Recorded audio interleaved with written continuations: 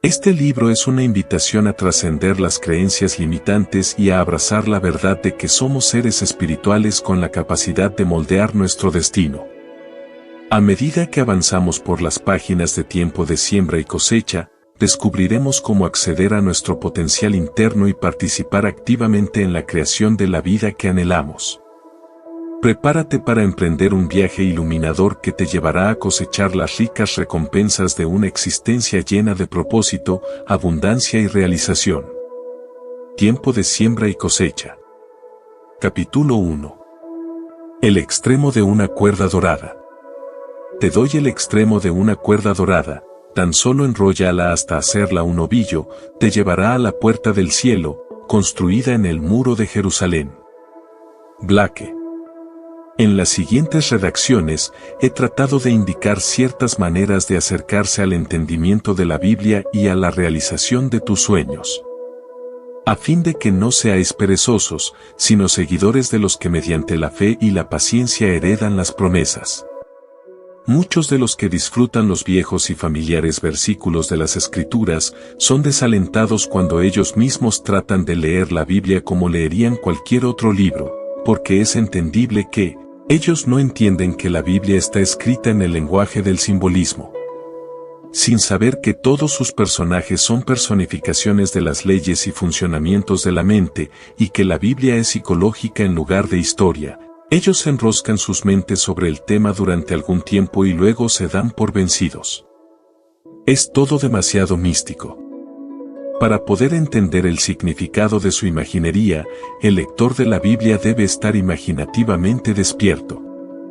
De acuerdo a las Escrituras, nosotros dormimos con Adán y despertamos con Cristo. Es decir, nosotros dormimos colectivamente y despertamos individualmente.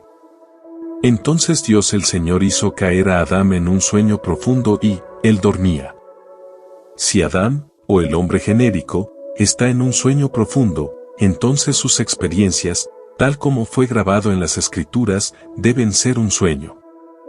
Solo aquel que está despierto puede contar su sueño, y solo él podrá entender que el simbolismo de los sueños puede interpretar el sueño. Y se dijeron el uno al otro, ¿no ardía nuestro corazón dentro de nosotros, mientras nos hablaba en el camino, cuando nos abría las Escrituras? La Biblia es una revelación de las leyes y funcionamientos de la mente expresadas en el lenguaje de aquel reino de dimensión desconocida, al cual nos vamos cuando dormimos.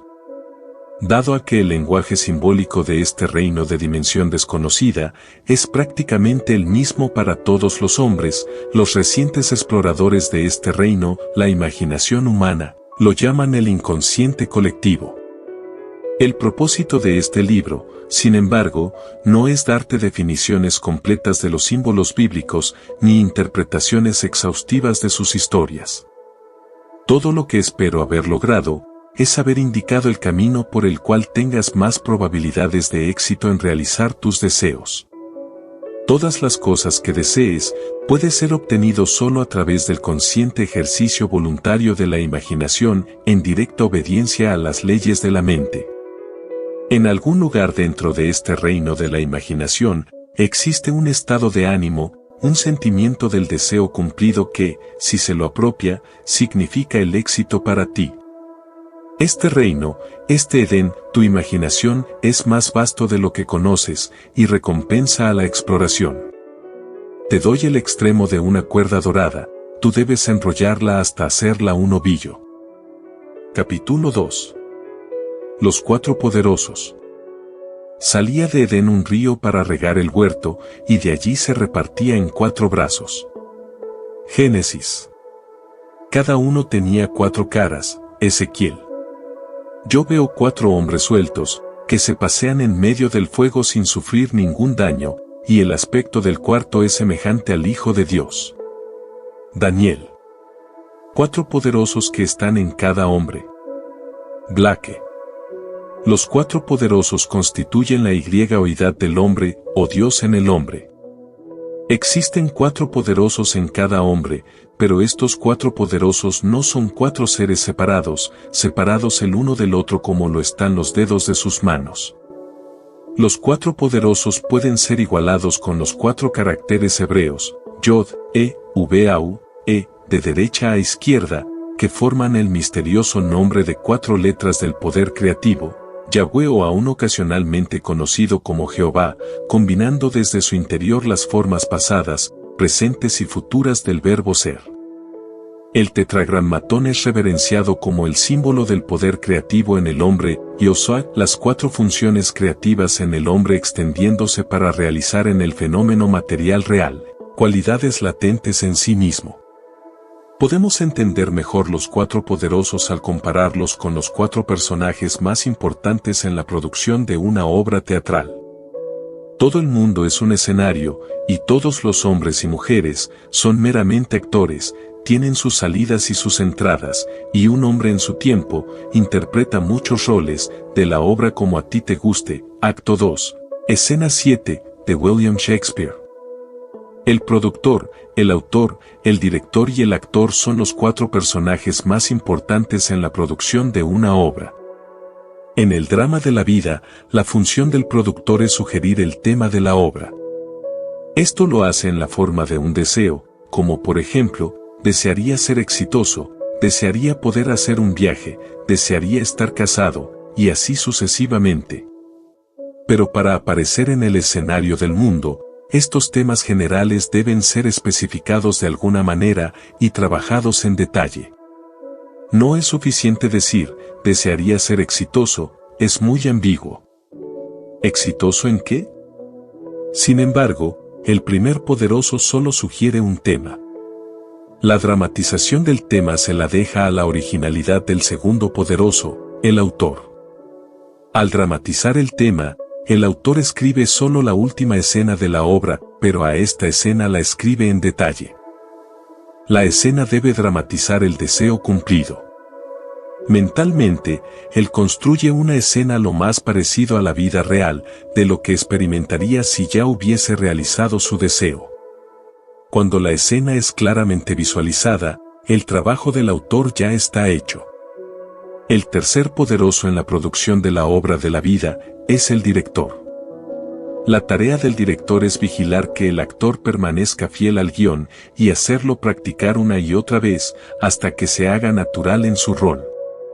Esta función se la puede asemejar a una atención controlada y conscientemente dirigida, una atención enfocada exclusivamente en la acción que implica que el deseo ya ha sido realizado. La forma del cuarto es como el Hijo de Dios, la imaginación humana, el actor. Este cuarto poderoso realiza dentro de sí mismo, en la imaginación, la acción predeterminada que implica el cumplimiento del deseo. Esta función no visualiza ni observa la acción. Esta función representa el drama realmente, y lo hace una y otra vez hasta que tome todos los tonos de la realidad. Sin la visión dramatizada del deseo cumplido, el tema permanece como un mero tema y duerme por siempre en los vastos aposentos de los temas aún no nacidos. Y así también, sin la atención cooperante, obediente a la visión dramatizada del deseo cumplido, podrá, la visión percibida, obtener realidad materializada. Los 4 poderosos son los 4 cuartos del alma humana. El primero es el Rey de Jehová, quien sugiere el tema. El segundo es el sirviente de Jehová, quien fielmente trabaja sobre el tema y lo convierte en una visión dramática. El tercero es el hombre de Jehová, quien fue atento y obediente a la visión del deseo cumplido, quien trae a la divagante imaginación de vuelta hacia el guión 70 veces 7. La forma del cuarto es Jehová mismo, quien representa el tema dramatizado en el escenario de la mente. Haya pues, en vosotros esta actitud, que hubo también en Cristo Jesús, el cual, aunque existía en forma de Dios, no consideró como un robo el ser igual a Dios. Filipenses. El drama de la vida es un esfuerzo en conjunto de los 4 cuartos del alma humana. Todo lo que observas, aunque aparenta estar afuera, está dentro, en tu imaginación, de la cual este mundo de mortandad es tan solo una sombra. Blake. Todo lo que observamos es una construcción visual ya planeada para expresar un tema que ya ha sido dramatizado, ensayado y actuado en otro lugar. Lo que estamos presenciando en el escenario del mundo es una construcción óptica trazada para expresar los temas que ya han sido dramatizados, ensayados y actuados en la imaginación de los hombres.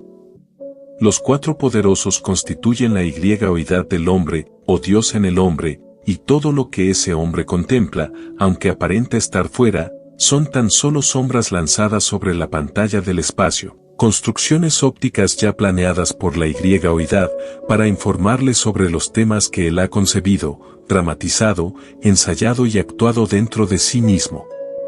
La criatura fue hecha sujeta a la vanidad, para que pueda hacerse consciente de la idioidad y sus funciones, porque con conciencia de la idioidad y sus funciones, puede actuar para un propósito, puede tener una consciente y autodeterminada historia.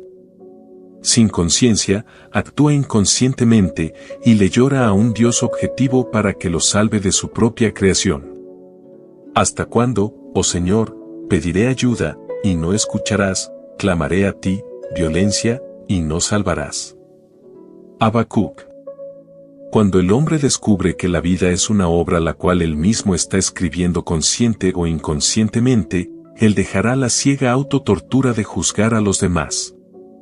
En vez de eso, él reescribirá la obra para moldear a su ideal, porque se dará cuenta que todos los cambios en la obra deben venir de la cooperación de los cuatro poderosos dentro de sí mismo. Ellos solos pueden alterar el guión y producir el cambio. Todos los hombres y mujeres en su mundo son meramente actores, y son tan incapaces de cambiar su obra, tanto como los actores en la pantalla de cine no pueden cambiar la película. El cambio deseado debe ser concebido, dramatizado, ensayado y actuado en el teatro de su mente.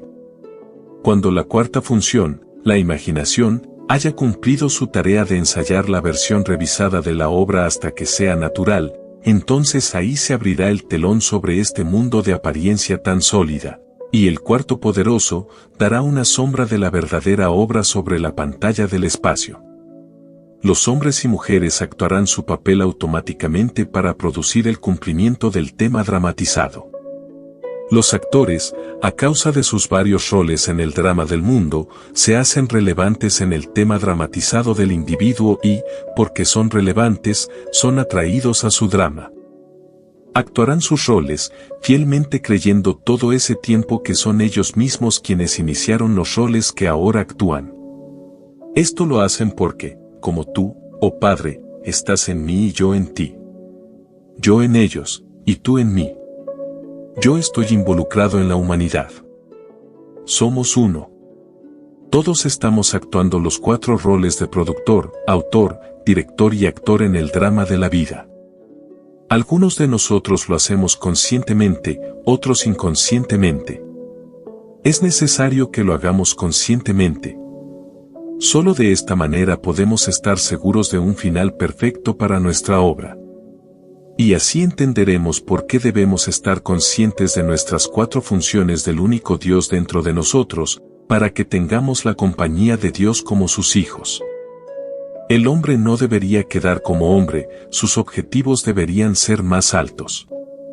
Porque Dios solo aceptará a dioses como compañía. Ángelus Silesius.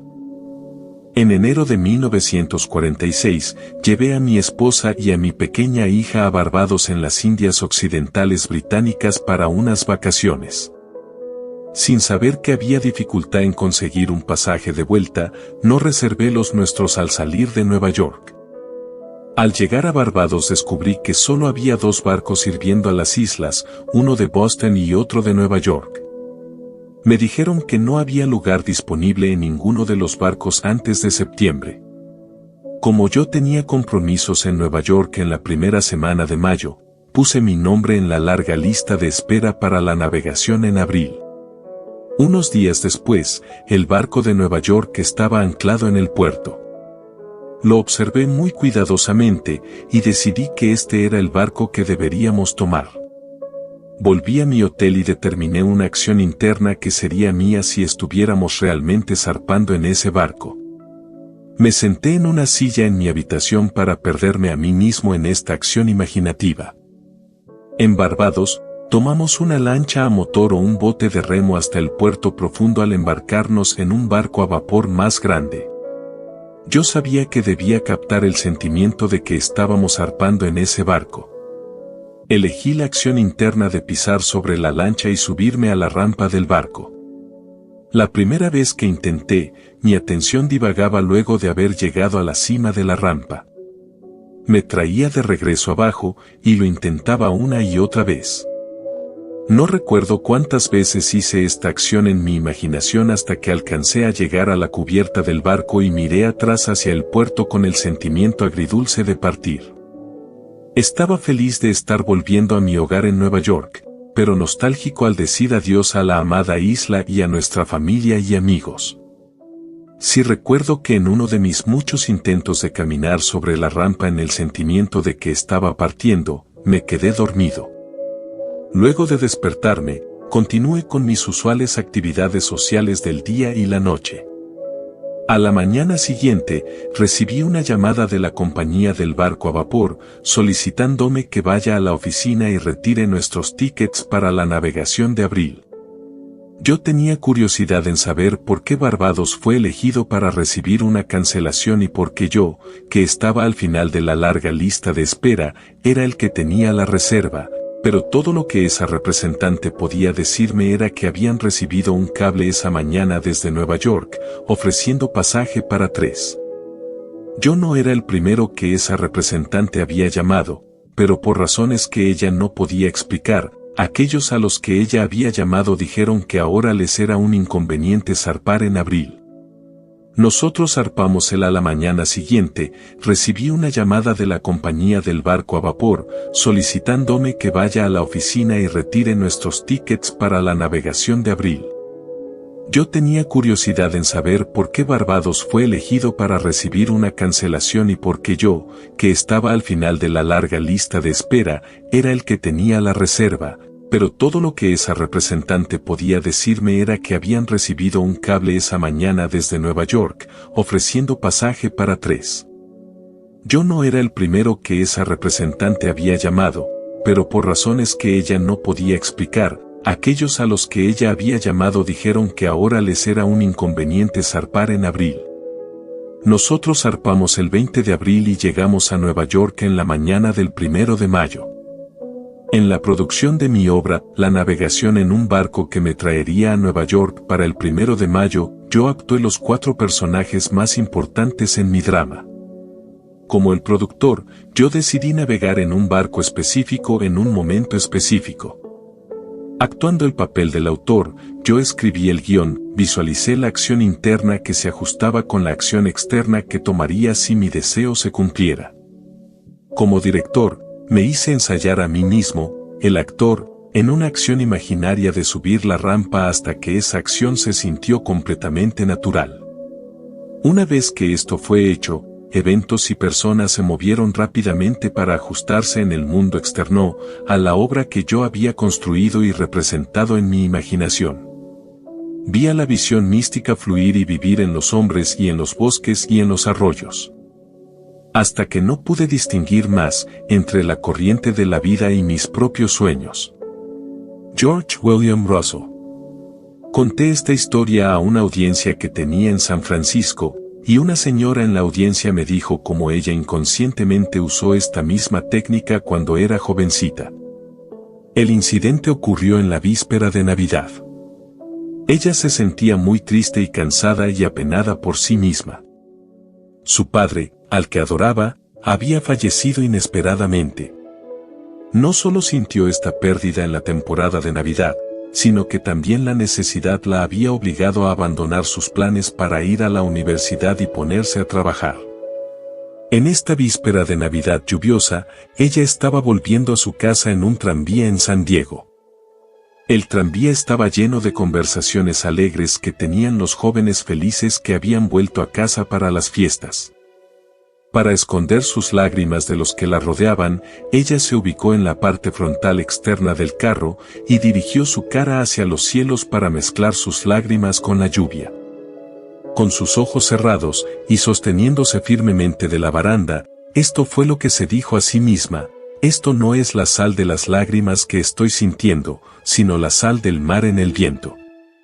Esto no es San Diego, esto es el Pacífico Sur, y estoy navegando a la bahía de Samoa. Y al mirar hacia arriba, en su imaginación, construyó lo que ella imaginaba que era la Cruz del Sur. Se perdió a sí misma en esta contemplación hasta que todo lo que la rodeaba se desvaneció. De repente, ella se encontraba al final del recorrido, y en casa.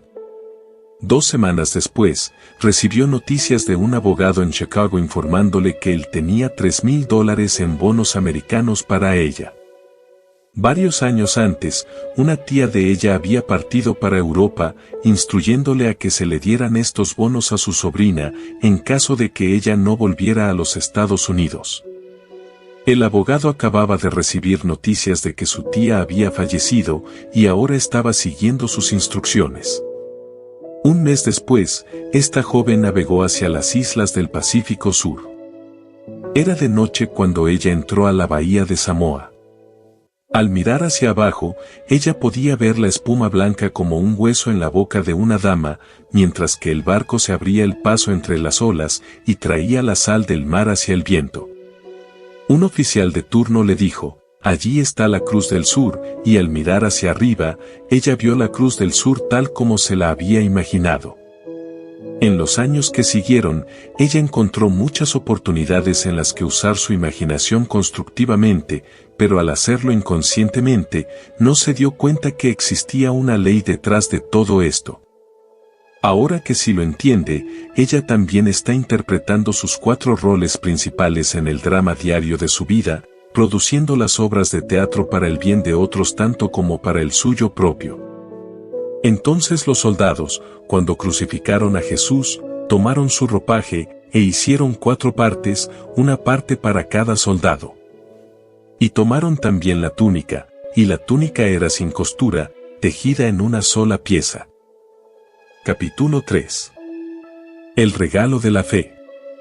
Y el Señor miró con agrado a Abel y a su ofrenda, pero a Caín y su ofrenda no miró con agrado.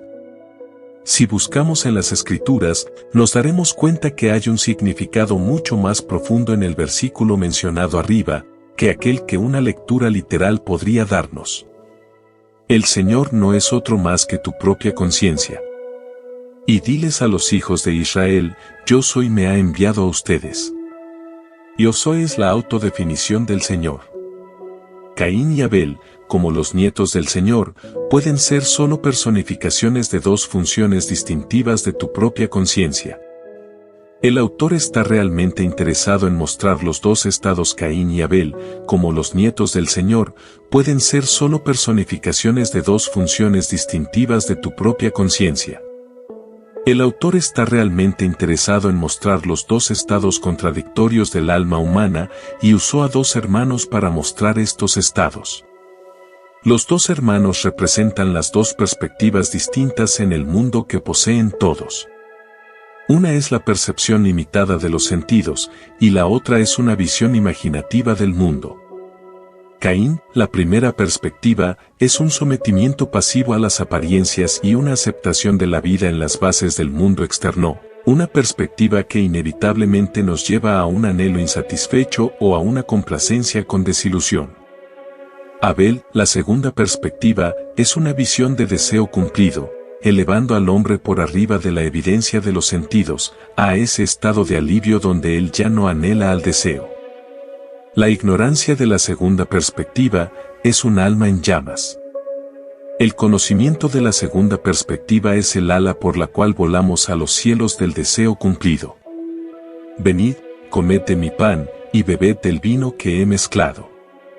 Abandonad la necedad y viviréis. En la epístola de los Hebreos, el escritor nos dice que la ofrenda de Abel fue la fe y, como declara el autor, sin fe, es imposible agradar a Dios. Ahora bien, la fe es la sustancia de lo que se espera, la evidencia de lo que no se ve. Por la fe entendemos que los mundos fueron preparados por la palabra de Dios, de modo que lo que se ve no fue hecho de cosas visibles.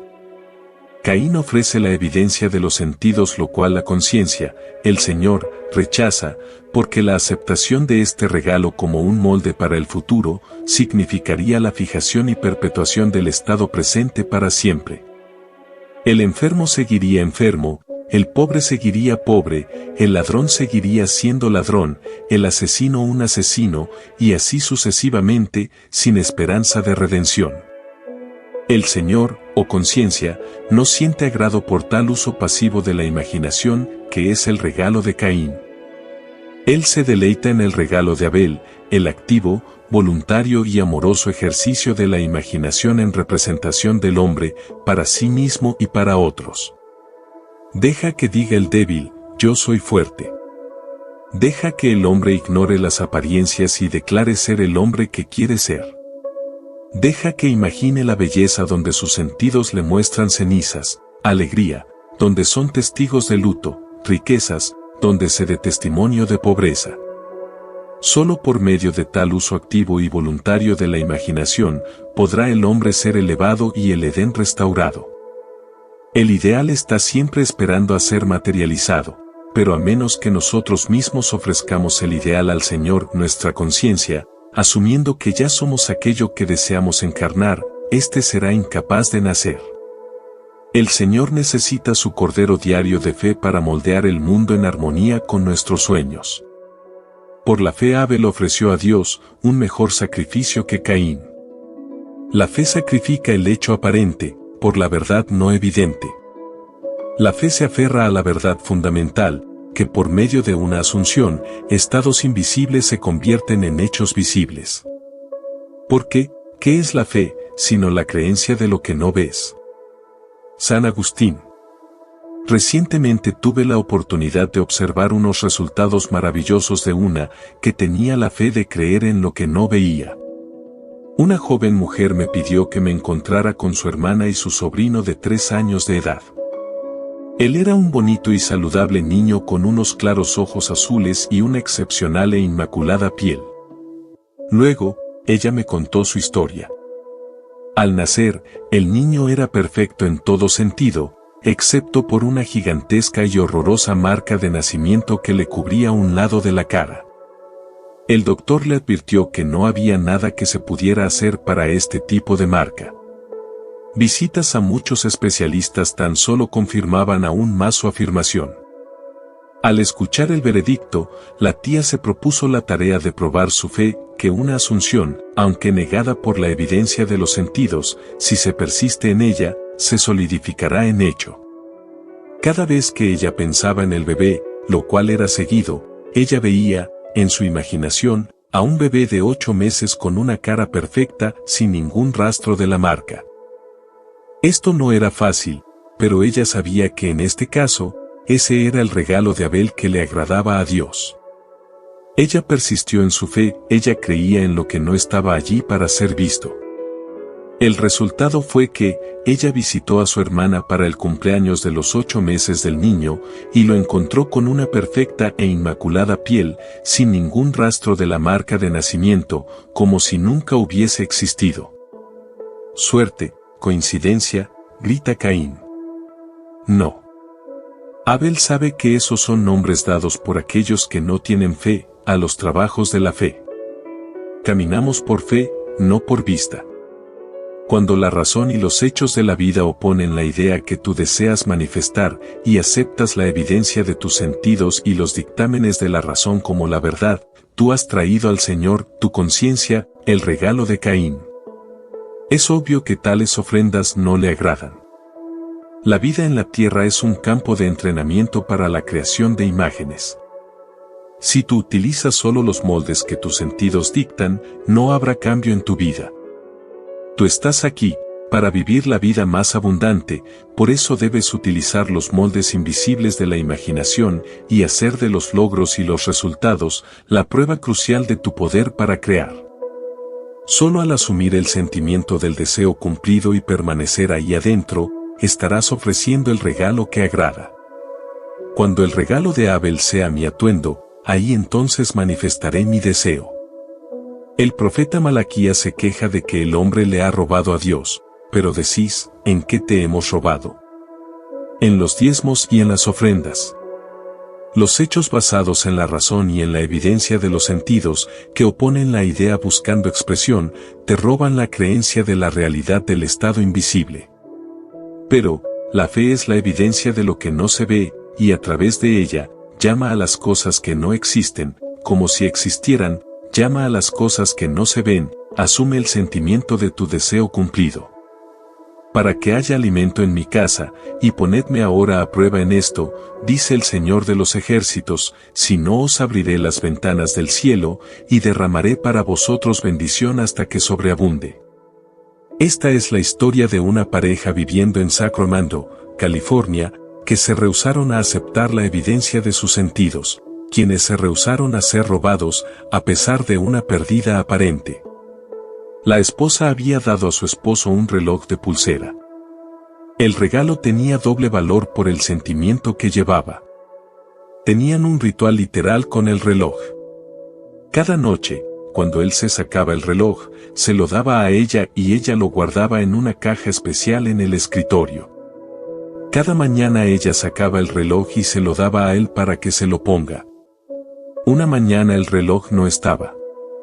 Ambos recordaban haber hecho su parte usual la noche anterior, por lo tanto el reloj no estaba perdido ni guardado en otro lugar, sino que había sido robado.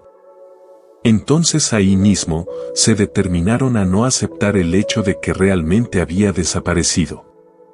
Se dijeron el uno al otro, esta es una oportunidad para practicar lo que creemos. Decidieron que, en su imaginación, interpretarían su ritual de costumbre como si el reloj estuviera realmente allí. En su imaginación, cada noche el esposo se sacaba el reloj y se lo daba a su esposa, mientras que en la imaginación de ella, aceptaba el reloj y cuidadosamente lo guardaba. Cada mañana ella removía el reloj de su caja y se lo daba a su esposo y él, por consiguiente, se lo ponía. Esto lo hicieron fielmente por 2 semanas. Luego de su vigilia de 14 días, un hombre fue a la única joyería en Sacramento donde el reloj podría ser reconocido. Mientras que ofrecía una gema por algún precio, el dueño de la tienda notó el reloj de pulsera que llevaba puesto. Bajo el pretexto de necesitar una examinación más cerca de la piedra, él fue a su oficina interior y llamó a la policía. Luego que la policía arrestó al hombre, encontraron en su departamento más de $10,000 en joyas robadas. Al caminar por la fe, y no por vista, esta pareja obtuvo su deseo, el reloj, y también ayudaron a muchos otros a recuperar lo que parecía haber sido perdido para siempre. Si uno avanza confiadamente en la dirección de su sueño, y se empeña en vivir la vida que se ha imaginado, se encontrará con un inesperado éxito en las horas comunes. Henry David Thoreau. Capítulo 4. La escala de ser. Y tuvo un sueño, y he aquí, había una escalera apoyada en la tierra cuyo extremo superior alcanzaba hasta el cielo, y he aquí, los ángeles de Dios subían y bajaban por ella. Y he aquí, el Señor estaba sobre ella, en un sueño, en una visión de la noche. Cuando Jacob cayó en un sueño profundo, su ojo interno estaba abierto y observó al mundo como una serie de ascendentes y descendentes niveles de conciencia. Era una revelación de los conocimientos más profundos sobre los misterios del mundo. Jacob vio una escala vertical de valores ascendentes y descendentes, o estados de conciencia. Esto le dio sentido a todo en el mundo externo, porque sin dicha escala de valores no habría sentido de vida. En cada momento en el tiempo, el hombre está parado frente a la escala eterna de sentido. No existe objeto o evento que haya tomado lugar o que esté tomando lugar ahora, que no tenga significado. El significado de un objeto o evento para el individuo es un índice directo de su nivel de conciencia. Por ejemplo, tú estás sosteniendo este libro. En un nivel de conciencia, esto es un objeto en el espacio. En un nivel más elevado, es una serie de letras en papel, ordenadas de acuerdo a ciertas reglas. En un nivel aún más elevado, es una expresión de significado. Mirando hacia afuera, tú ves al libro primero, pero en realidad, el significado viene primero. Ocupa un grado más elevado de significado que el orden de letras en papel o el libro como un objeto en el espacio. El significado determinó la organización de las letras. La organización de las letras solo expresa el significado. El significado es invisible y está por arriba del nivel del orden visible de las letras. Si no hubiera habido significado para ser expresado, ningún libro se habría escrito ni publicado. Y he aquí, el Señor estaba sobre ella. El Señor y el significado son uno, el Creador, la causa del fenómeno de la vida. En el principio ya existía la palabra, y la palabra estaba con Dios, y la palabra era Dios. En el principio existía la intención, el significado, y la intención estaba con el intencionado, y la intención era el intencionado. Los objetos y eventos en el tiempo y espacio ocupan un nivel más bajo de significancia que el nivel del significado que los produce. Todas las cosas fueron hechas por significado, y sin significado nada de lo que ha sido hecho, fue hecho. El hecho de que todo lo visible puede ser considerado como el efecto, en un nivel más bajo de significado, de un orden invisible más alto de significado, es un punto muy importante que comprender. Nuestra manera usual de proceder es intentar explicar los niveles más altos de significado, por qué pasan las cosas en términos de los niveles más bajos que y cómo pasan las cosas. Tomemos por ejemplo, un accidente real y tratemos de explicarlo. La mayoría de nosotros vivimos en el nivel del que pasó. El accidente fue un evento en el espacio, un automóvil chocó a otro y prácticamente lo destruyó. Algunos de nosotros, vivimos en el nivel más alto de cómo ocurrió el accidente. Era una noche lluviosa, las calles estaban resbaladizas y el segundo auto se patinó hacia el primero. En raras ocasiones, unos pocos de nosotros alcanzamos el nivel más alto o nivel causal del por qué tal accidente ocurrió. Es así que tomamos conciencia de lo invisible, el estado de conciencia que produjo tal evento visible. En este caso, el auto destruido lo manejaba una viuda quien, aunque sintió que no podía darse el lujo, deseaba en gran manera cambiar su ambiente. Habiendo escuchado que, por el uso apropiado de su imaginación, ella podría hacer y ser todo lo que ella deseara, esta viuda había estado imaginándose a sí misma viviendo realmente en su ciudad deseada. Al mismo tiempo, ella estaba viviendo en una conciencia de pérdida, tanto personal como financiera. Por lo tanto, ella trajo hacia ella misma un evento que aparentaba ser aún otra pérdida más, pero la suma de dinero que la compañía de seguros le pagó, le permitió hacer el cambio deseado en su vida. Cuando vemos el porqué detrás del aparente accidente, el estado de conciencia que produjo el accidente, llegamos a la conclusión de que no existen los accidentes. Todo en la vida tiene su significado invisible. El hombre que se entera de un accidente, el hombre que sabe cómo ocurrió, y el hombre que sabe por qué ocurrió, están en tres diferentes niveles de conciencia en relación a ese accidente. En la escala ascendente, cada nivel más alto nos lleva un paso más adelante hacia la verdad del accidente. Deberíamos esmerarnos constantemente en elevarnos a un nivel más alto de significado, el significado que es siempre invisible y por arriba del evento físico. Pero recuerda, el significado o causa del fenómeno de la vida puede ser encontrado solo dentro de la conciencia del hombre. El hombre está tan absorto en el lado visible del drama de la vida, el lado de qué ha sucedido, y en cómo ha sucedido, que él raramente se eleva al lado invisible de por qué ha sucedido. Se rehúsa a aceptar la advertencia del profeta que, las cosas que se ven no fueron hechas de cosas visibles. Sus descripciones de qué ocurrió y cómo ocurrió, son verdaderas en términos de su correspondiente nivel de pensamiento, pero cuando él pregunta por qué ocurrió, toda explicación física se colapsa y se verá obligado a buscar el porqué o significado de ello, en lo invisible y en un nivel más alto. El análisis mecánico de los eventos se encarga solo de la relación externa de las cosas. Tal camino nunca alcanzará el nivel que contiene el secreto de por qué los eventos ocurrieron. El hombre debe reconocer que el lado más bajo y visible fluye del nivel invisible y más alto de significado. La intuición es necesaria para elevarnos hacia el nivel del significado, al nivel de por qué las cosas pasan. Sigamos el ejemplo del profeta hebreo de la antigüedad y levantemos nuestros ojos a los montes, dentro de nosotros mismos, y observemos qué está sucediendo ahí adentro. Veamos qué ideas hemos aceptado como verdaderas, a qué estados les hemos dado consentimiento, qué sueños, qué deseos y, por sobre todo, qué intenciones. Es desde estos montes que todas las cosas vienen para revelar nuestra estatura, nuestra altura, en la escala vertical de significado. Si levantamos nuestros ojos a el ti en mí, quien trabaja detrás del velo, veremos el significado del fenómeno de la vida. Los eventos aparecen en la pantalla del espacio para expresar los diferentes niveles de conciencia del hombre. Un cambio en su nivel de conciencia resulta automáticamente en un cambio del fenómeno de su vida.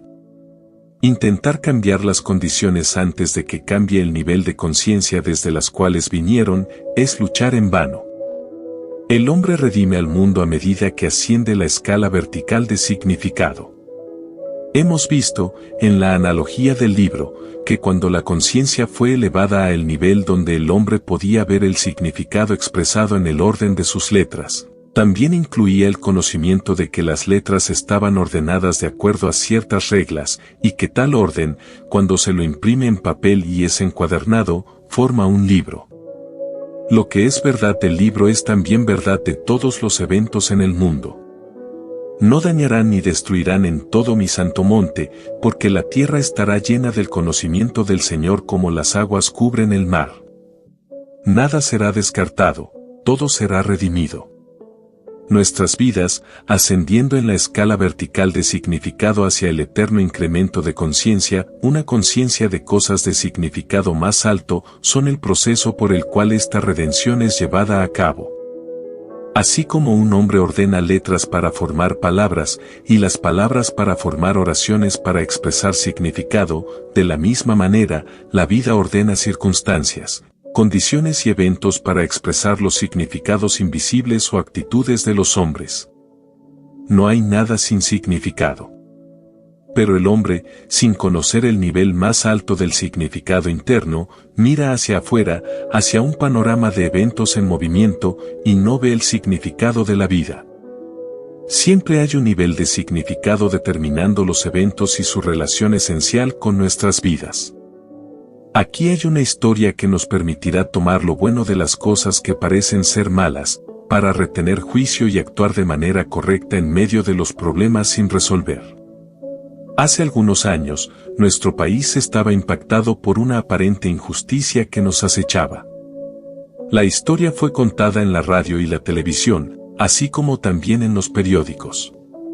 Quizás recuerden el incidente. El cuerpo de un joven soldado americano que mataron en Corea fue devuelto a su hogar para su entierro. Justo antes del servicio, se le preguntó a su esposa una pregunta de rutina: ¿su esposo era caucáseo? Cuando ella respondió que era hindú, el entierro fue rechazado. Este rechazo fue de acuerdo a las leyes de aquella comunidad, pero provocó a toda la nación. Nos enfureció que se le negara el entierro en cualquier lugar de este país a alguien que había sido asesinado en servicio a su país. La historia llegó a ser escuchada por el presidente de los Estados Unidos, y él ofreció el entierro con completos honores militares en el Cementerio Nacional de Arlington.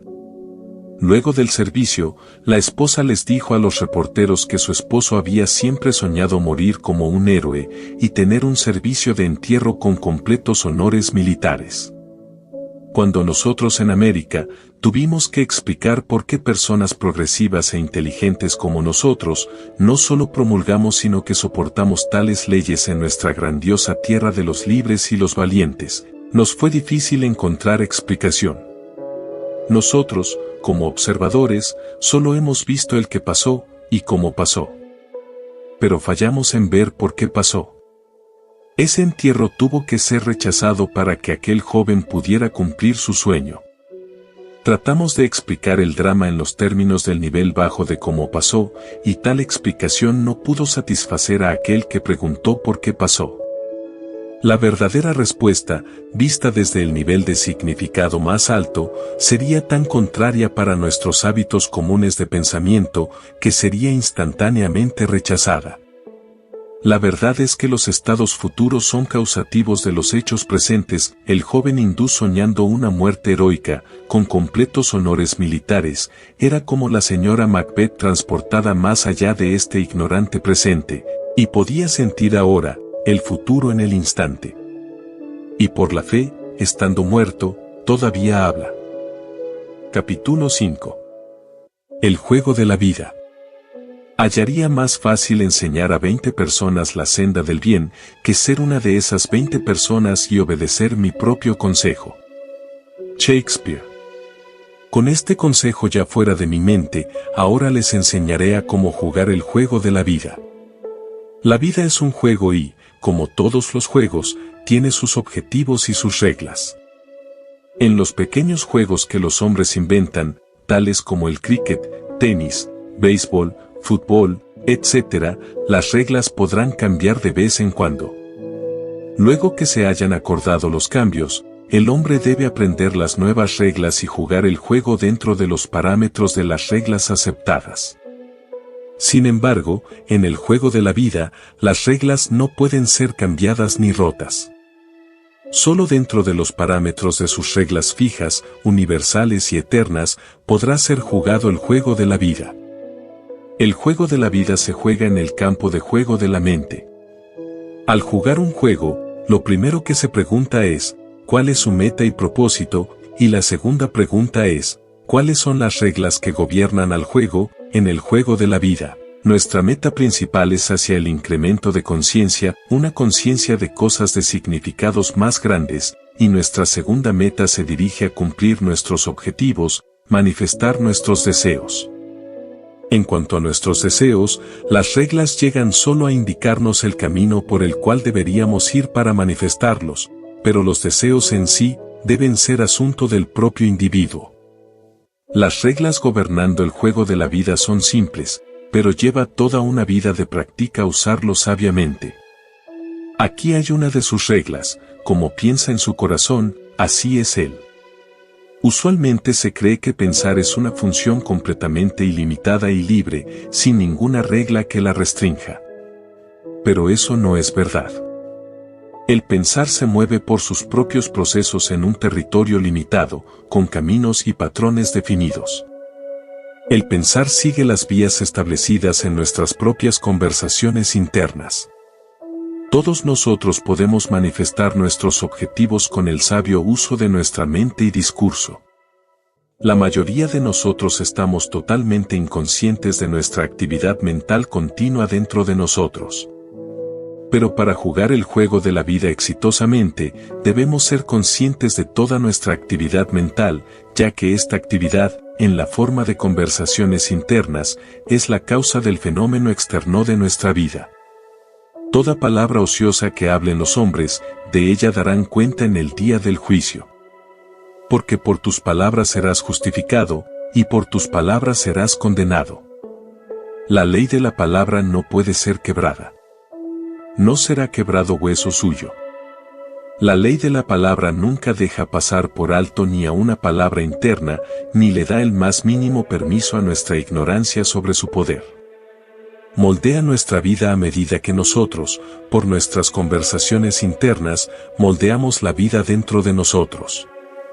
Esto se hace para revelarnos nuestra posición en el campo de juego de la vida.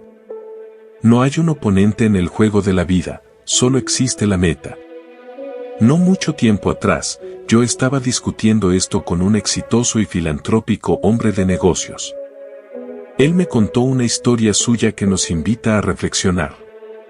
Me dijo, sabes, Neville, la primera vez que aprendí sobre las metas en la vida fue cuando tenía 14, y fue en el campo de juegos de la escuela. Me iba muy bien en las carreras y estaba teniendo un buen día, pero había una carrera más que tenía que correr, y me había puesto en competencia con otro muchacho. Estaba determinado a ganarle. Le estaba ganando, es verdad, pero, mientras tenía mis ojos puestos en él, un tercer joven, a quien no consideraba una competencia para nada, ganó la carrera. Esa experiencia me enseñó una lección que he usado durante toda mi vida. Cuando la gente me pregunta sobre mi éxito, debo decir que yo creo que es porque nunca hice del hacer dinero mi objetivo es el sabio y productivo uso del dinero, punto. Las conversaciones internas de este hombre están basadas en la premisa de que él ya tiene dinero, su pregunta interna constante es, el uso apropiado de él. Las conversaciones internas del hombre luchando para obtener dinero solo le provoca la falta de dinero. En su ignorancia del poder de la palabra, él está construyendo barreras en el camino de la obtención de su objetivo, él tiene sus ojos puestos en la competencia en vez de en el objetivo en sí. La culpa, querido Brutus, no es de nuestras estrellas, sino de nosotros mismos que consentimos en ser inferiores. Julio César, Acto 1, Escena 2. Tal como los mundos fueron constituidos por la palabra de Dios, así nosotros, como imitadores de Dios como hijos amados, creamos las condiciones y circunstancias de nuestras vidas por nuestras palabras internas humanas todopoderosas. Sin práctica, el conocimiento más profundo del juego no produciría los resultados deseados. A aquel, pues, que sabe hacer lo bueno, eso es, que sabe las reglas, y no lo hace, le es pecado. En otras palabras, él errará a su blanco y fallará en manifestar su objetivo. En la parábola de los talentos, la condenación del amo al sirviente que no usó su regalo, es clara e inconfundible, y habiendo descubierto una de las reglas del juego de la vida, nos arriesgamos a fracasar al ignorarla. El talento no usado, así como una extremidad del cuerpo no ejercitada, se adormece y finalmente se atrofia. Debemos ser hacedores de la palabra, y no solo escuchadores. Ya que el pensamiento sigue las vías establecidas en nuestras propias conversaciones internas, no solo podemos ver hacia dónde vamos en el campo de juego de la vida al observar nuestras conversaciones internas, sino que también podemos determinar hacia dónde iremos al controlar y dirigir nuestras conversaciones internas. ¿Qué crees que pensarías y dirías y harías si ya fueras aquel que quieres ser? Comienza a pensar y a decir y a hacer esto internamente. Se te dice que hay un Dios en el cielo, que revela los secretos, y siempre debes recordar que el cielo está dentro de ti, y para que sea claro como el cristal quién es Dios, dónde está Él, y cuáles son sus secretos. Daniel continúa, tu sueño y las visiones de tu cabeza son estos. Ellos revelan las vías a las cuales estás atado, y apuntan a la dirección en la que estás yendo. Esto es lo que hizo una mujer para cambiar las vías a las cuales ella había estado infelizmente atada, hacia la dirección por la cual ella quería ir. Por 2 años, ella se había mantenido alejada de las 3 personas que más amaba. Había tenido una pelea con su nuera, quien la echó de su hogar. Por esos 2 años, ella no había visto ni oído nada de su hijo, su nuera o su nieto, aunque le había estado enviando a su nieto numerosos regalos. Cada vez que pensaba en su familia, lo cual era diariamente, mantenía una conversación mental con su nuera, culpándola por la pelea y acusándola de ser egoísta. Al escuchar una de mis conferencias una noche, era justo esta misma lección del juego de la vida y cómo jugarlo, de repente se dio cuenta de que ella misma era la causa de aquel prolongado silencio y que ella, y ella sola, debía hacer algo al respecto. Reconociendo que su objetivo era volver a tener la relación amorosa que tenían antes, se propuso a sí misma la tarea de cambiar completamente sus conversaciones internas. Esa misma noche, en su imaginación, creó 2 amorosas y tiernas cartas escritas hacia ella, una de su nuera y otra de su nieto. En su imaginación, ella las leyó una y otra vez hasta que caía dormida en un ánimo alegre de haber recibido esas cartas. Ella repitió este acto imaginario cada noche durante 8 noches. En la mañana del 9º día, recibió un sobre que contenía 2 cartas, una de su nuera y otra de su nieto. Eran unas cartas amorosas y tiernas invitándola a visitarlos, casi réplicas de aquellas que ella se había creado mentalmente. Al usar su imaginación conscientemente y amorosamente, ella había cambiado las vías a las cuales estaba atada, en dirección a donde ella quería ir, hacia una feliz reunión familiar. Un cambio de actitud es un cambio de posición en el campo del juego de la vida.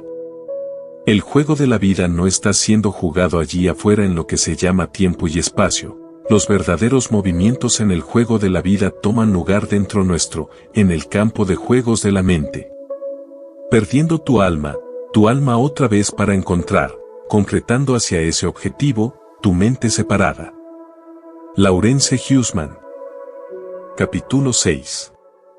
Tiempo, tiempos, y la mitad de un tiempo. Y dijo uno al varón vestido de lino, que estaba sobre las aguas del río, ¿cuándo será el cumplimiento de estas maravillas? Y oí al varón vestido de lino, que estaba sobre las aguas del río, el cual alzó su diestra y su siniestra al cielo, y juró por el que vive por los siglos, que será por un tiempo, tiempos, y la mitad de un tiempo. En una de mis conferencias dada en Los Ángeles, sobre el tema del significado oculto detrás de las historias de la Biblia, alguien me pidió que interprete los versículos mencionados arriba del libro de Daniel. Luego de haber confesado que yo no sabía el significado de ese pasaje en particular, una señora en la audiencia se dijo a sí misma, si la mente se comporta de acuerdo a la asunción con la cual comienza, entonces yo encontraré la verdadera respuesta a esa pregunta y se la diré a Neville. Y esto fue lo que me dijo, anoche se hizo esta pregunta, ¿cuál es el significado de tiempo, tiempos y la mitad de un tiempo, según lo escrito en Daniel? Antes de irme a dormir anoche me dije a mí misma, ahora, debe haber una simple respuesta para esta pregunta, así que asumiré que ya la sé y cuando esté durmiendo, mi ser más grande encontrará la respuesta y se la revelará a mi ser menor, en un sueño o una visión. Alrededor de las 5 de la mañana me desperté. Era muy temprano para levantarme, así que permanecí en la cama y enseguida caí en un estado de medio dormir, entre despierta y dormida, y mientras estuve en ese estado, se vino a mi mente una imagen de una anciana. Ella estaba sentada en una silla mecedora, meciéndose hacia atrás y hacia adelante, atrás y adelante. Luego una voz, que sonaba como tu voz, me dijo, hazlo una y otra vez, hasta que tome los tonos de la realidad.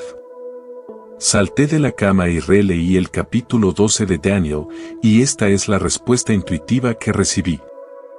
Tomando los versículos 6 y 7, los que constituían la pregunta de anoche, sentí que si los vestidos con los cuales los personajes bíblicos son vestidos, corresponden a su nivel de conciencia, como lo que tú enseñas, entonces el lino debe representar un nivel muy alto de conciencia seguramente, ya que el varón vestido de lino, estaba parado, sobre las aguas del río, y sí, como tú enseñas, el agua simboliza un nivel alto de verdad psicológica, entonces el individuo que podía caminar sobre ellas debe representar verdaderamente un estado de conciencia exaltado.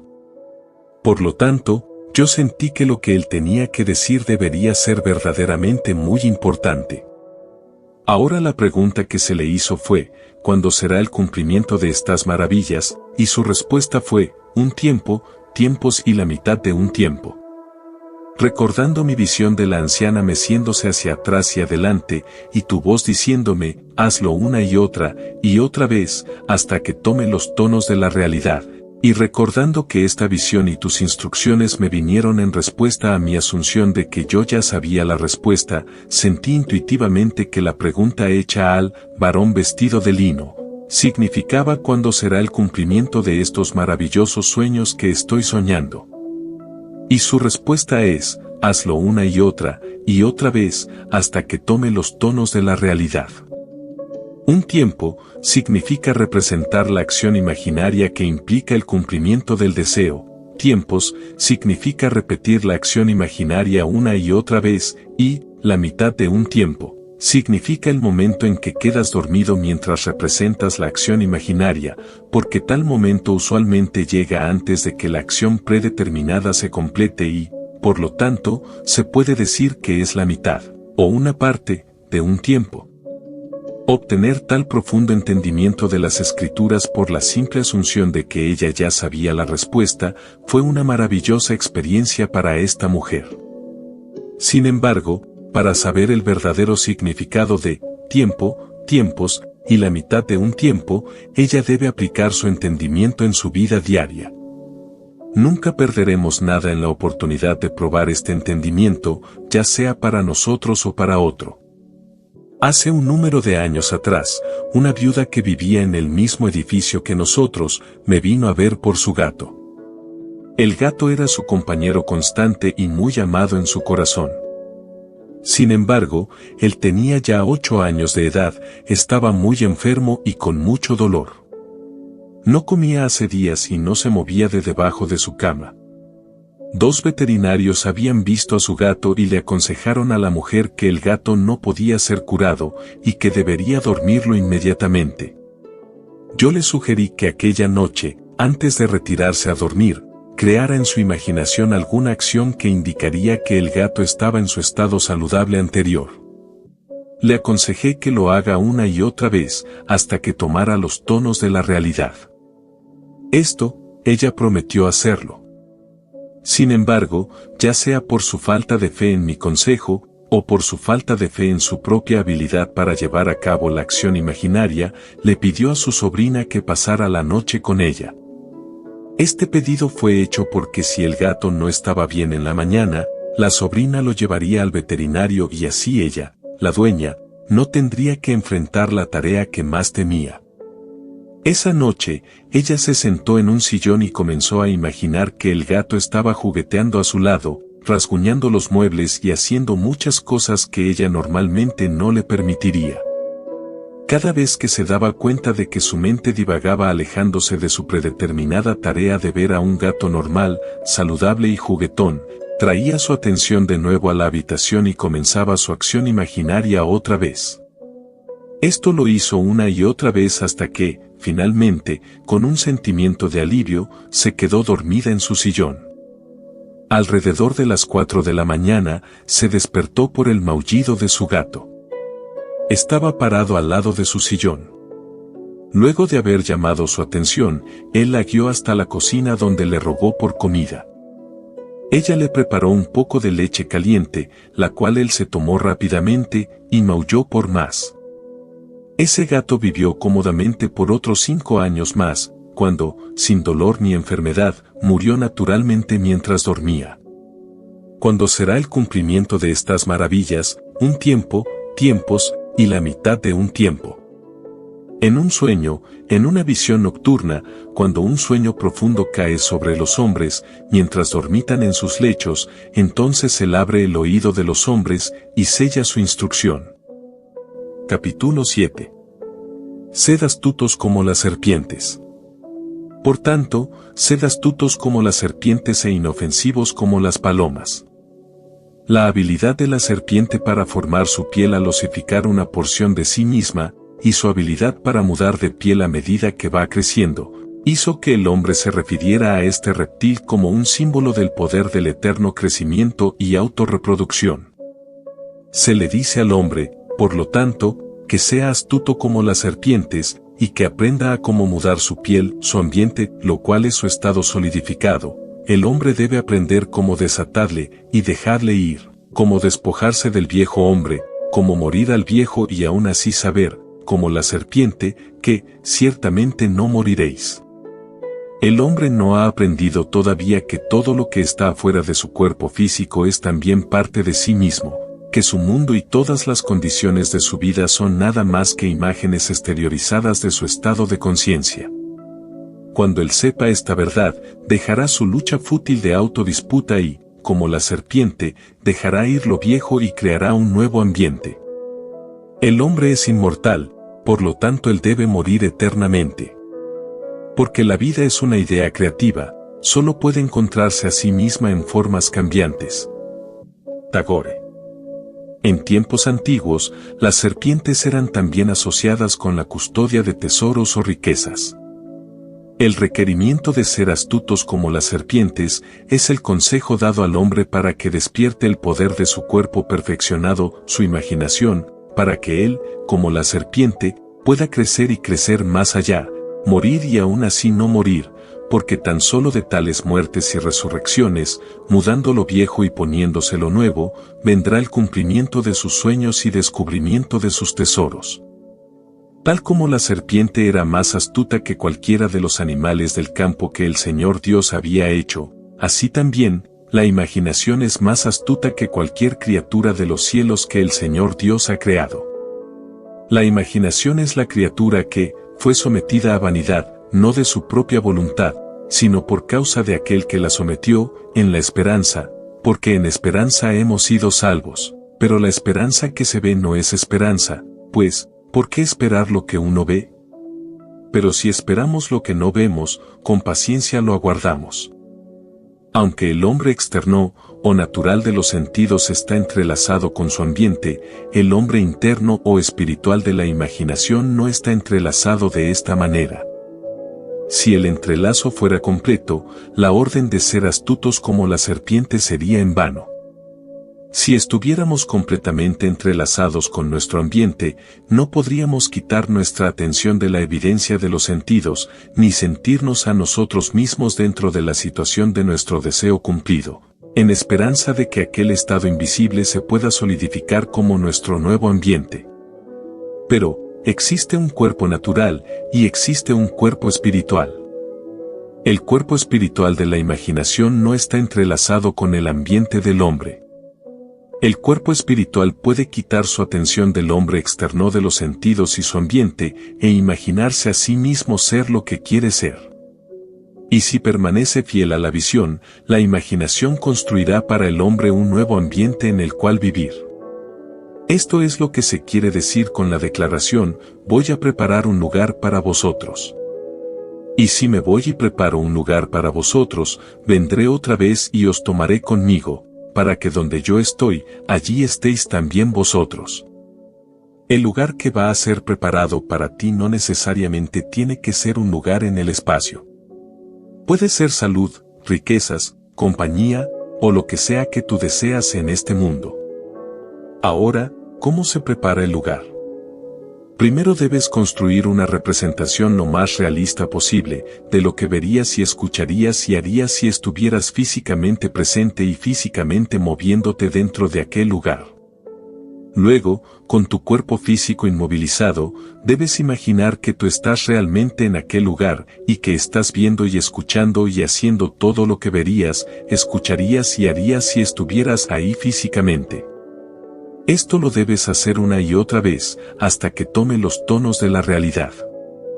Cuando se sienta natural, el lugar ha sido preparado como el nuevo ambiente para tu ser externo o físico. Ahora puedes abrir tus ojos físicos y volver a tu estado anterior. El lugar está preparado, y donde has estado en la imaginación, allí también estarás con el cuerpo. Como este estado imaginario se manifestará físicamente, no es algo en lo que tú tengas que preocuparte, el hombre natural o externo.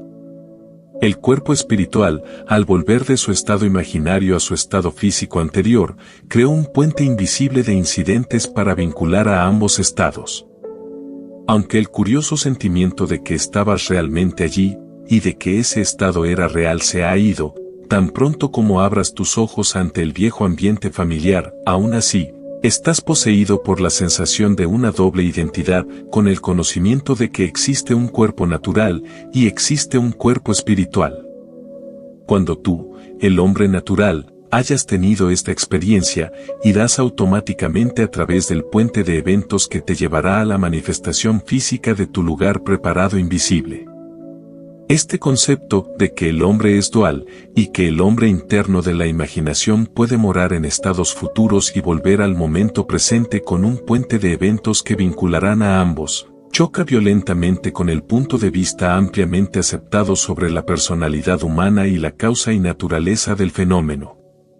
Tal concepto demanda una revolución en las ideas actuales sobre la personalidad humana y sobre el espacio, el tiempo y la materia.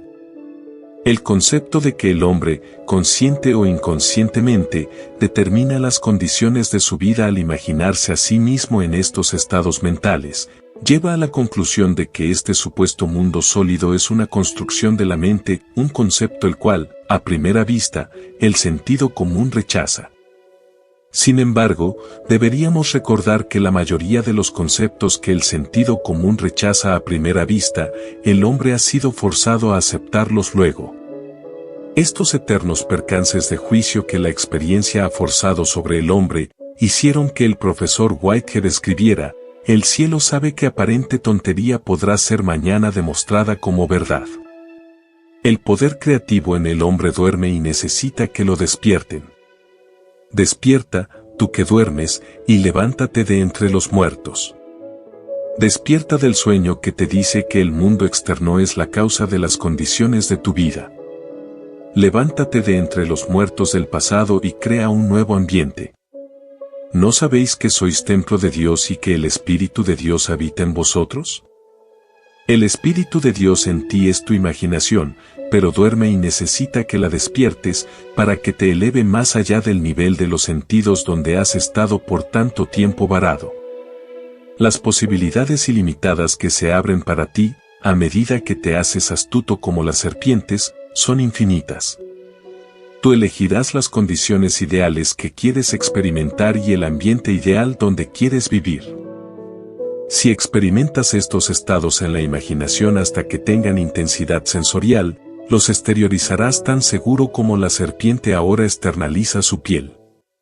Luego de que hayas crecido más allá de ellos, entonces, te despojarás de ellos tan fácil como la serpiente se despoja de su piel esmaltada. La vida más abundante, que es todo el propósito de la creación, no puede ser salvada a través de la muerte y la resurrección. Dios deseó forma, así que Él se hizo hombre, y no es suficiente para nosotros que reconozcamos su espíritu trabajando en la creación, debemos ver su trabajo en forma y decir que es bueno, aunque crezcamos más allá de la forma, por siempre y para siempre. Él guía, a través de las crecientes habitaciones de deleite, en donde los latidos se maravillan cerca de un fin que siempre se desvanece, porque su toque es infinito, y le da un allí, a todos los finales. George Meredith y yo, si soy levantado de la tierra, atraeré a todos los hombres a mí mismo.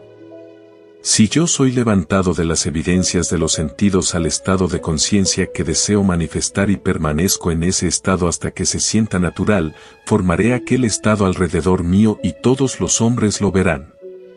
Pero ¿cómo persuadir al hombre de que esto es cierto, que la vida imaginaria es la única vida, que asumir el sentimiento del deseo cumplido es el camino a una vida más abundante y no la compensación del escapismo? Eso es el problema. Para poder ver como las crecientes habitaciones de delicia, lo que significa vivir en los reinos de la imaginación, para apreciar y disfrutar el mundo, uno debe vivir imaginativamente, uno debe soñar y ocupar ese sueño, y luego crecer, y crecer hasta que el sueño te quede pequeño, por siempre y para siempre. El hombre sin imaginación, que no perdería su vida en un nivel para que pueda encontrarla en un nivel más alto, es nada más que la esposa de Lot, una columna de sal autosatisfecha. Por otro lado, aquellos que rechazan la forma por creerla antiespiritual y aquellos que rechazan la encarnación por creer que está separada de Dios, son ignorantes del gran misterio. Grande es el misterio, Dios se manifestó en carne. Tu vida expresa una cosa, y una cosa solamente, tu estado de conciencia. Todo es dependiente de eso. A medida que tú, por medio de la imaginación, asumes el estado de conciencia, ese estado comienza a vestirse a sí mismo en forma, y se solidifica alrededor tuyo como la piel de la serpiente se osifica alrededor de ella. Pero tú debes ser fiel al estado. No debes ir de estado a estado, sino que debes esperar pacientemente en un único estado invisible hasta que tome forma y se convierta en un hecho materializado. La paciencia es necesaria, pero la paciencia será fácil luego de tu primer éxito en despojarte de lo viejo y hacer crecer lo nuevo, porque somos capaces de esperar como corresponde ya que hemos sido recompensados al haber entendido en el pasado. El entendimiento es el secreto de la paciencia. Qué alegría natural y delicia espontánea yace al ver al mundo, no con, pero como Blake dice, a través del ojo. Imagina que estás viendo lo que quieres ver, y permanece fiel a tu visión. Tu imaginación hará para sí misma una forma correspondiente en la que vivir. Todas las cosas están hechas por el poder de la imaginación. Nada empieza excepto en la imaginación del hombre. De adentro afuera, es la ley del universo. Así como es adentro, así es afuera. El hombre acude a lo externo en búsqueda de la verdad, pero lo esencial es mirar adentro. La verdad está dentro de nosotros, no surge de cosas externas, no importa lo que creas. Hay un centro en lo más profundo de todos nosotros, donde la verdad permanece en plenitud, y el conocerla, más bien consiste en abrir un camino, por donde el esplendor aprisionado pueda escapar, en vez de efectuar una entrada para la luz supuestamente externa. Robert Browning, Paracelsus. Creo que estarán interesados en un ejemplo de cómo una joven mujer se despojó de la piel del resentimiento y se puso un tipo de piel totalmente diferente. Los padres de esta mujer se habían separado cuando ella tenía 6 años de edad y ella se había ido a vivir con su madre. Raramente veía a su padre.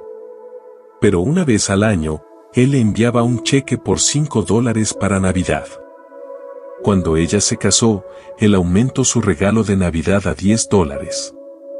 Luego de una de mis conferencias, ella se quedó pensando en una de mis afirmaciones de que lo que uno sospecha del otro, es solo una medida de su propia falsedad, y reconoció que había estado albergando resentimiento hacia su padre por años.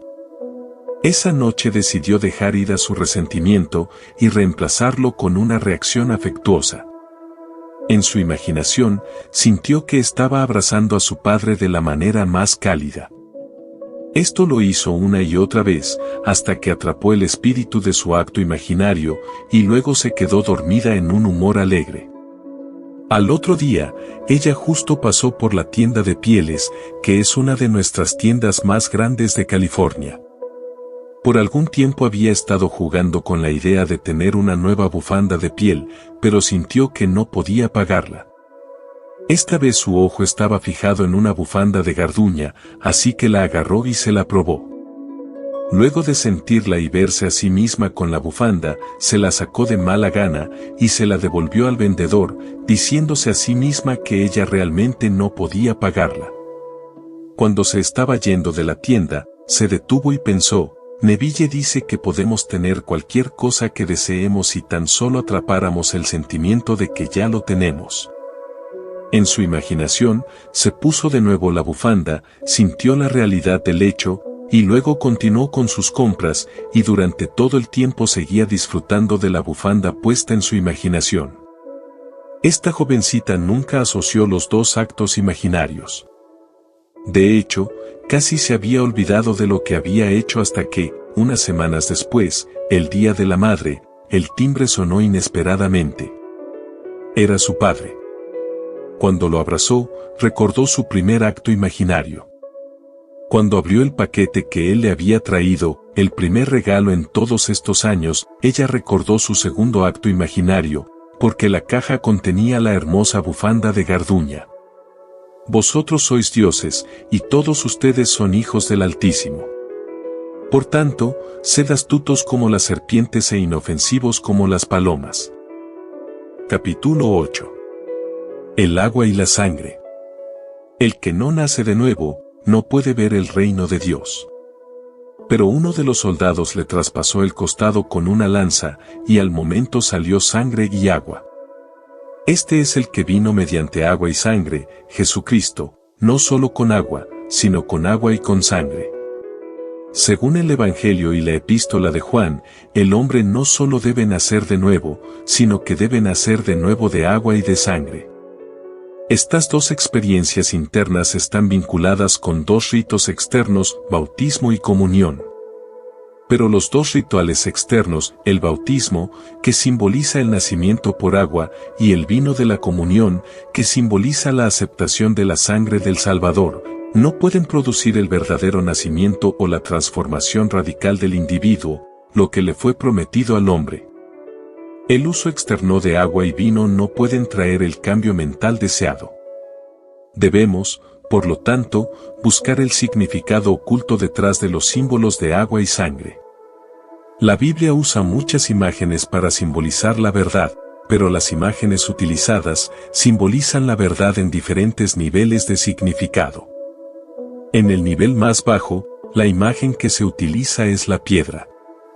Por ejemplo, la piedra sobre la boca del pozo era grande. Cuando todos los rebaños se juntaban allí, entonces rodaban la piedra de la boca del pozo y daban de beber a las ovejas. Se hundieron a las profundidades como una piedra. Cuando una piedra bloquea al pozo, significa que la gente ha tomado estas grandiosas revelaciones simbólicas de la verdad de manera literal. Cuando alguien hace rodar la piedra, significa que un individuo ha descubierto debajo de la alegoría o parábola su germen de vida psicológico o significado. Este significado escondido que yace detrás de las palabras literales es simbolizado por el agua. Es esta agua, en forma de verdad psicológica, que él entonces ofrece a la humanidad.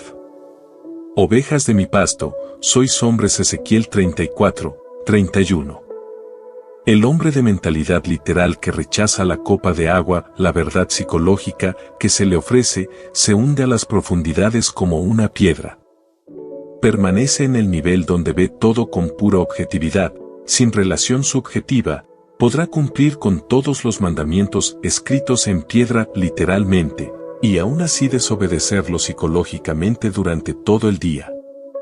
Por ejemplo, él podrá no robar literalmente la propiedad de otro y aún así ver al otro en necesidad. El ver a otro en necesidad es robarle su derecho de nacimiento como hijo de Dios. Porque somos todos hijos del Altísimo. Y si hijos, también herederos, herederos de Dios y coherederos con Cristo. Saber qué hacer ante un aparente infortunio es tener la copa de agua, la verdad psicológica, que podría salvar la situación. Pero tener tal conocimiento no es suficiente. El hombre no solo debe llenar las vasijas de piedra para agua, con agua, es decir, descubrir la verdad psicológica, sino que debe convertir el agua en vino. Esto lo hace al vivir una vida de acuerdo a la verdad que él ha descubierto. Solo con tal uso de la verdad él puede probar el agua hecha vino. Juan 2, 9. El derecho de nacimiento del hombre es ser Jesús. Él nació para salvar a su pueblo de sus pecados, Pero la salvación del hombre es no solo con agua, sino con agua y con sangre. Solamente saber qué hacer para salvarte a ti mismo o a otro no es suficiente, también debes hacerlo. El conocimiento de qué hacer es agua, hacerlo es sangre. Este es aquel que vino no mediante agua solamente, sino que vino mediante agua y sangre. El misterio completo está en el uso consciente y activo de la imaginación para apropiarse de aquel estado de conciencia particular que te salvaría a ti o a otro de su limitación presente. Ceremonias externas no pueden cumplir esto. Y allí os saldrá al encuentro un hombre que lleva un cántaro de agua, seguidle, y donde él entre, decida al dueño de la casa, el maestro dice: ¿Dónde está la habitación de invitados en la que pueda comer la Pascua con mis discípulos?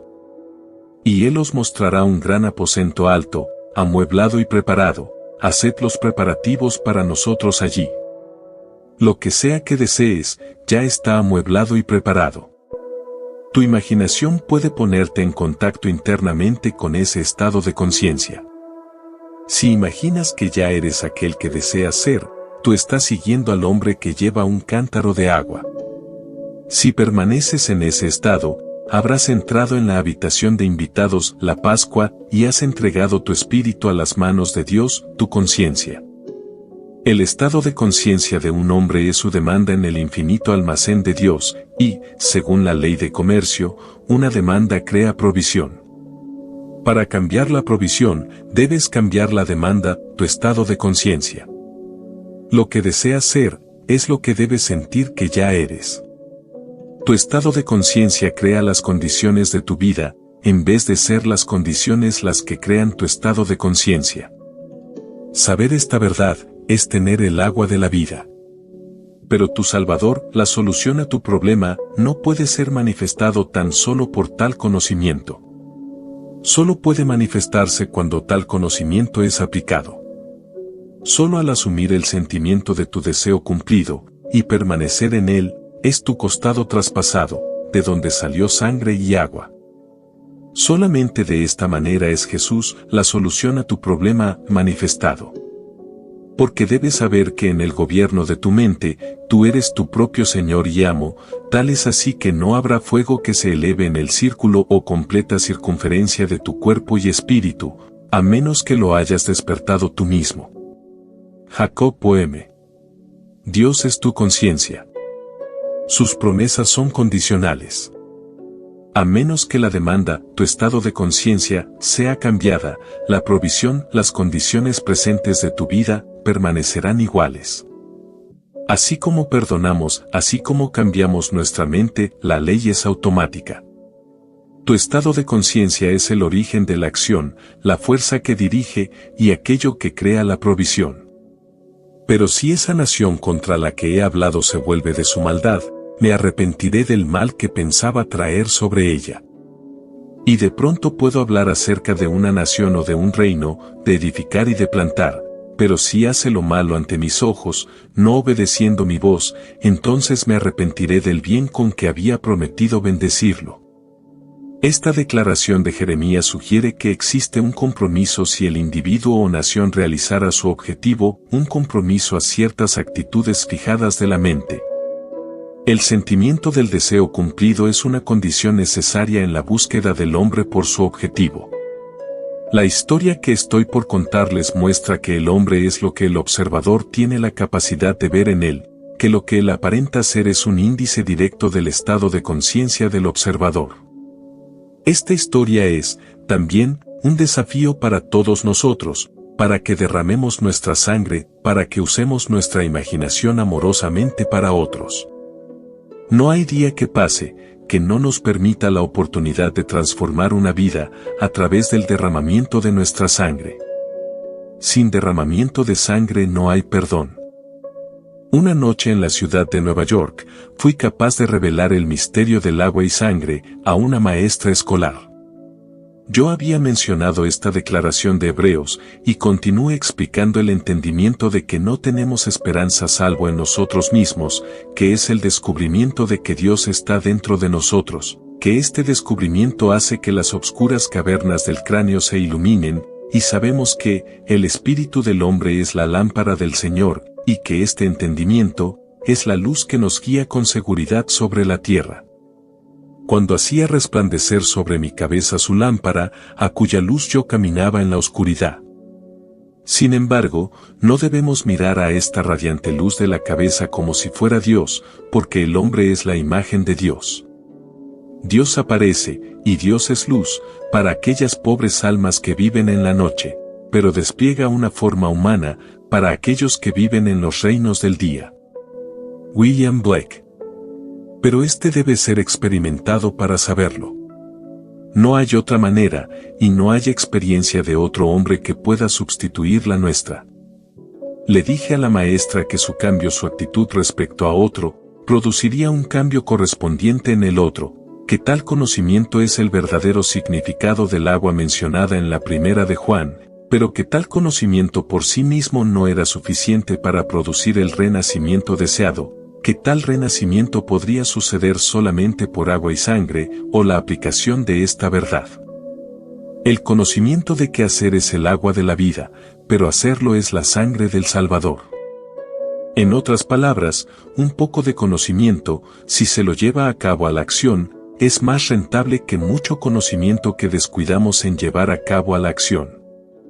Mientras yo hablaba, había una alumna que continuaba apareciendo en la mente de la maestra. Pero esto, pensó la maestra, era un caso muy difícil para probar la verdad de lo que yo le estaba diciendo respecto al misterio del renacimiento. Todos sabían, tanto los alumnos como los maestros, que esta alumna en particular era incorregible.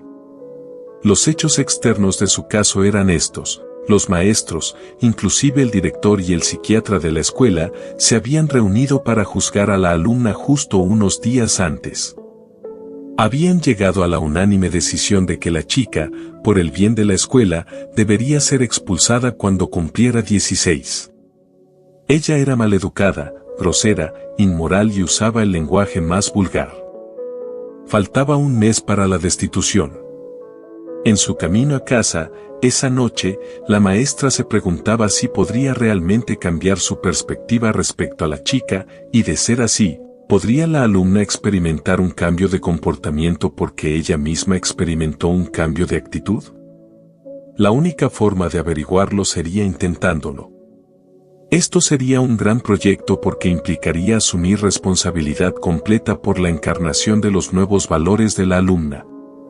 ¿Se atrevía ella a asumir tan grande poder, tan creativo y divino poder?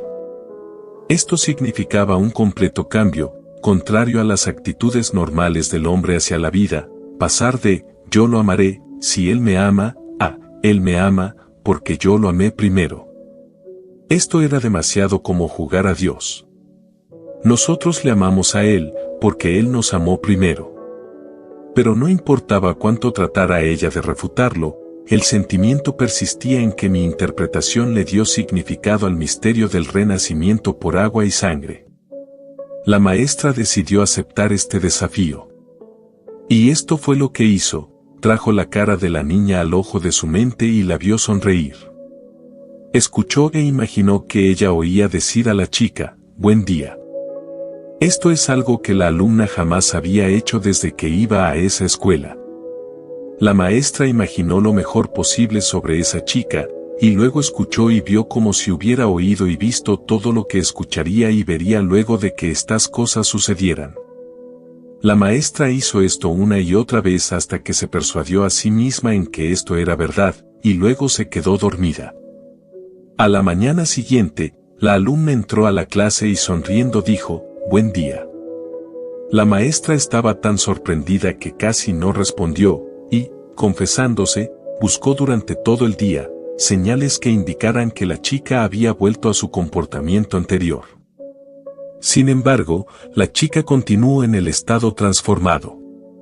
Ya para el fin de semana, el cambio había sido notado por todos, y se hizo una segunda reunión de maestros donde la decisión de expulsarla fue revocada. Como la niña permaneció amistosa y agradable, la maestra tuvo que preguntarse a sí misma dónde estaba la niña malvada en primer lugar. Porque compasión, piedad, paz y amor es Dios, nuestro Padre querido, y compasión, piedad, paz y amor es el hombre, su Hijo y su cargo. La imagen divina, William Blake. La transformación es en principios, siempre posible, porque el ser transformado vive en nosotros, y es solo una cuestión de hacerse consciente de él. La maestra tuvo que experimentar esta transformación para saber el misterio de sangre y agua, no había otro camino, y ninguna experiencia de otro podría haber sido sustituta de la suya propia. En quien tenemos redención por medio de su sangre. Sin la decisión de cambiar su mente respecto a la niña y el poder imaginativo para llevarlo a cabo, la maestra nunca hubiera podido redimir a la alumna. Nadie puede conocer el poder redentor de la imaginación sin que haya derramado su sangre y probado la copa de la experiencia. Una vez que leas tu propio corazón correctamente, habrás terminado con los miedos. El hombre no obtiene otra luz, aunque la busque por miles de años. Matthew Arnold. Capítulo 9. Una mirada mística. Con muchas parábolas como estas les hablaba la palabra, según podían oírla, y sin parábolas no les hablaba, sino que lo explicaba todo en privado a sus propios discípulos. Esta colección de parábolas que es llamada la Biblia es una revelación de la verdad expresada en simbolismo para revelar las leyes y propósitos de la mente del hombre. A medida que nos hacemos conscientes de significados más profundos en las parábolas que aquellos que usualmente se les asigna, los estamos entendiendo místicamente. Por ejemplo, tomemos una mirada mística del consejo que se les dio a los discípulos en Mateo. Leemos que los discípulos estaban listos para enseñar y practicar las grandes leyes de la mente que les han sido reveladas, y se les dijo que no trajeran zapatos para el viaje. Un discípulo es aquel que disciplina su mente para que funcione y actúe conscientemente en niveles altos y más altos de conciencia.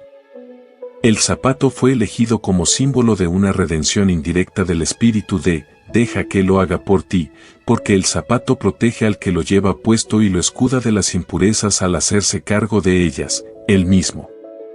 El objetivo del discípulo es siempre encaminarse a él mismo y a otros para pasar de la esclavitud de la dependencia a la libertad de los hijos de Dios. Por ende el consejo, no traigan zapatos. No aceptes ningún intermediario entre tú y Dios. Aléjate de todos los que ofrezcan hacer por ti lo que tú deberías hacer y que podrías hacer muchísimo mejor tú mismo.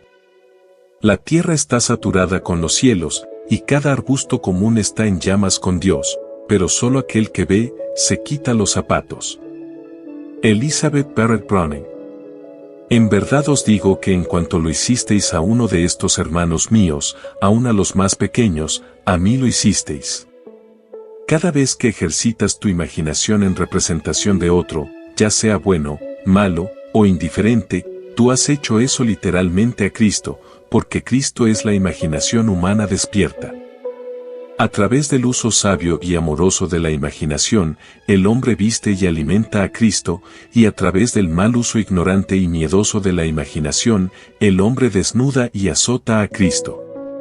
Y ninguno de vosotros imagine maldad en sus corazones contra su prójimo.